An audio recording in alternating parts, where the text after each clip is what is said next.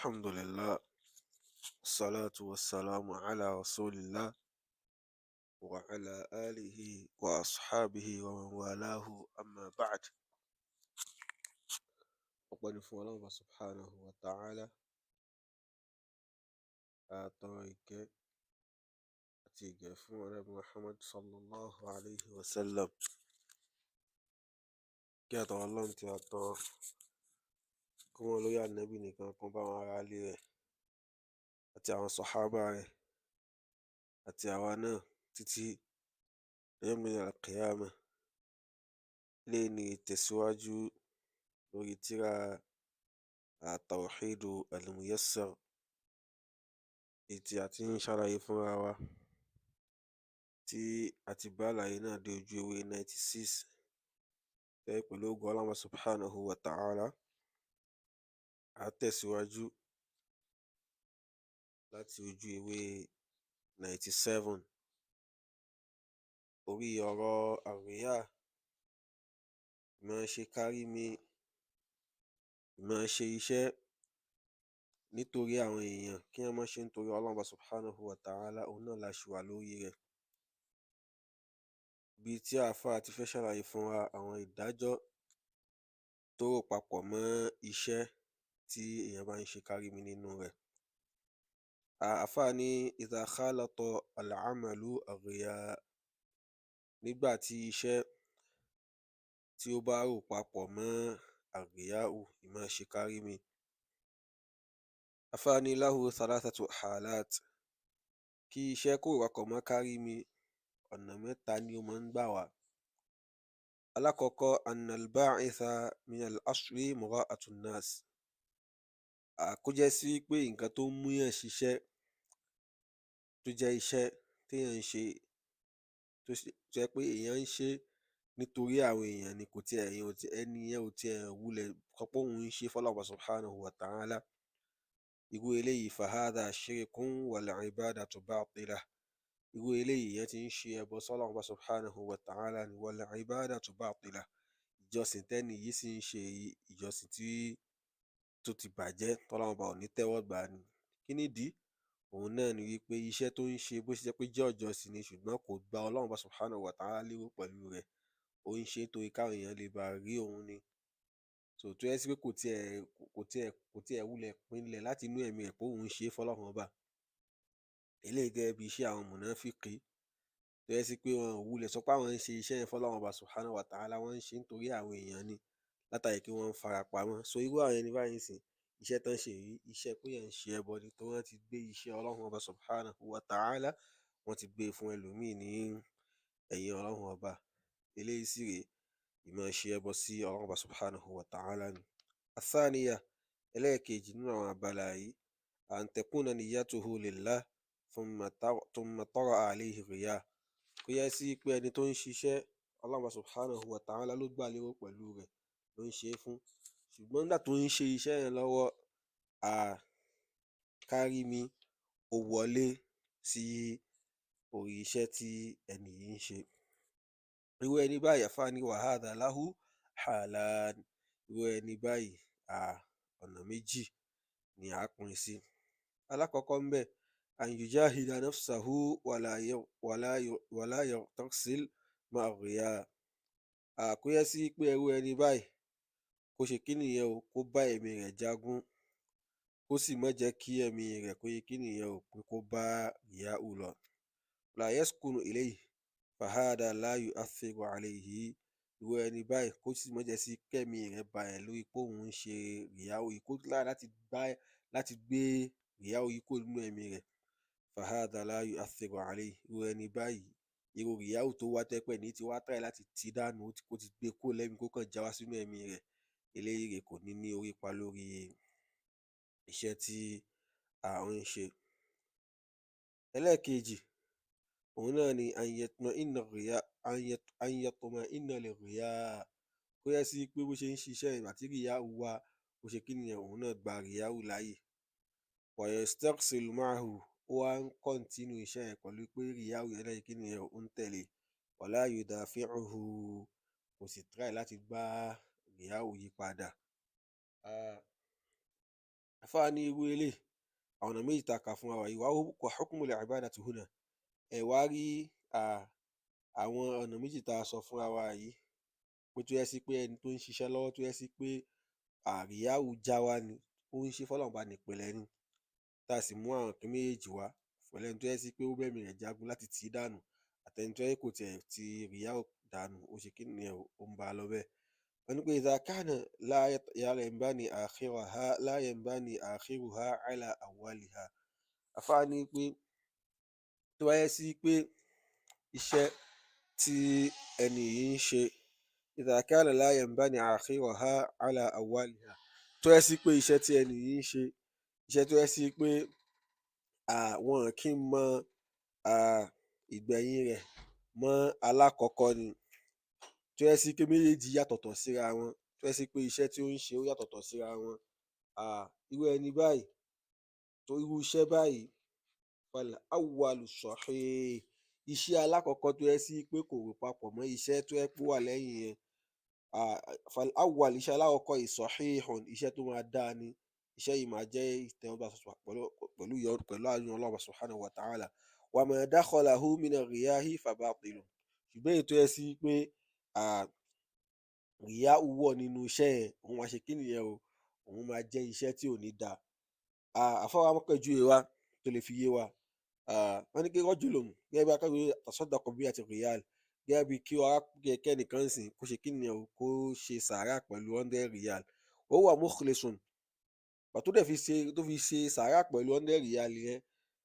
ó jẹ́ nítorí sí pé ó ṣe nítorí tọ́lọ́run subhanahu wa ta'ala ni fún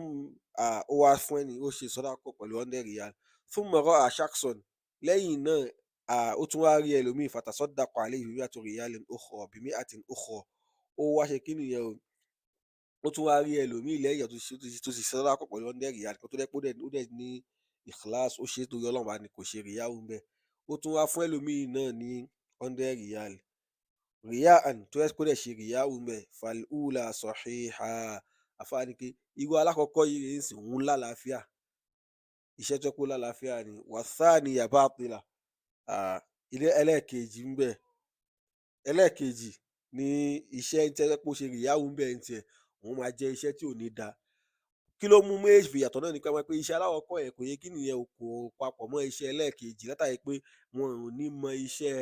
alákọ̀ọ́kọ́ ẹ̀ mọ́ tìtẹ̀yìn so gbogbo ẹ̀ yàtọ̀tọ̀ síra wọn so ẹlẹ́ẹ̀kejì ń bẹ idha kana in kana yabni akhiruha ala awwaliha tó yẹ sí pé iṣẹ́ tó yẹ sí kí wọ́n máa ń mọ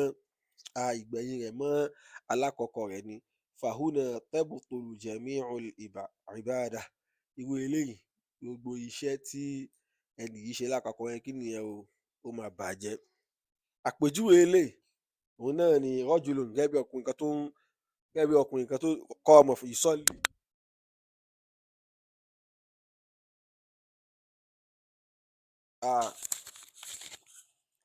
àpèjúwe eléyìí òun náà ni ká sọ pé ọkùnrin kan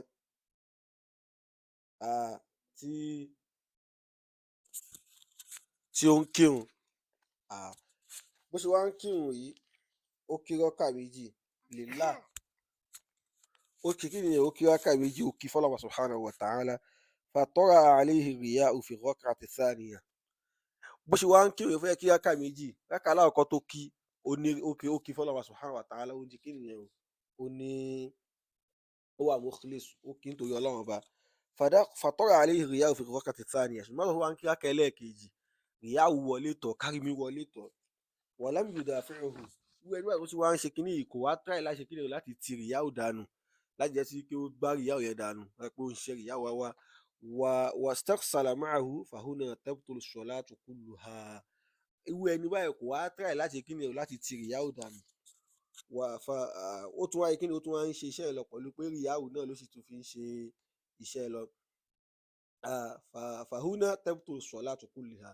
iṣẹ́ eléyìí kí ni ìwé máa bàjẹ́ láti wájú àtẹ̀yìn ni torí pé ìrun wákà méjì rèé ń sìn a lè ṣe kí nìyẹn o a lè dá yàtọ̀tọ̀ síra wọn ìrun wákà méjì ń sìn bákan kan náà ni méjèèjì. àṣàlìṣà ẹlẹ́ẹ̀kẹta nínú àwọn ìran eléyìí òun náà ni ma yatra'u ma yutrahu ba'da intihai al-ibada, òun náà ni rìyáù tó jẹ́ sí pé ó wá lẹ́yìn ìgbà tí èèyàn ti parí ìjọsìn. Irú eléyìí la yu'athiru 'alayha shay'an, irú eléyìí kò ní orípa kankan tó máa ṣe kíni o, tó máa ṣe lórí ìjọsìn tí ẹni yìí ń ṣe. Tó bá jẹ́ sí pé èèyàn ti ṣiṣẹ́ tán kó tó di pé kárími wá, bóyá èèyàn ti kírun tán kó tó di pé kárími wá pé èèyàn fẹ́ máa ṣe àbí èèyàn ṣe fún ẹlòmíì lẹ́yìn Ọlọ́run Ọba. So irú eléyìí kò ní ní orípa lórí ìjọsìn tí ẹni yìí bá ṣe. Àfáà wa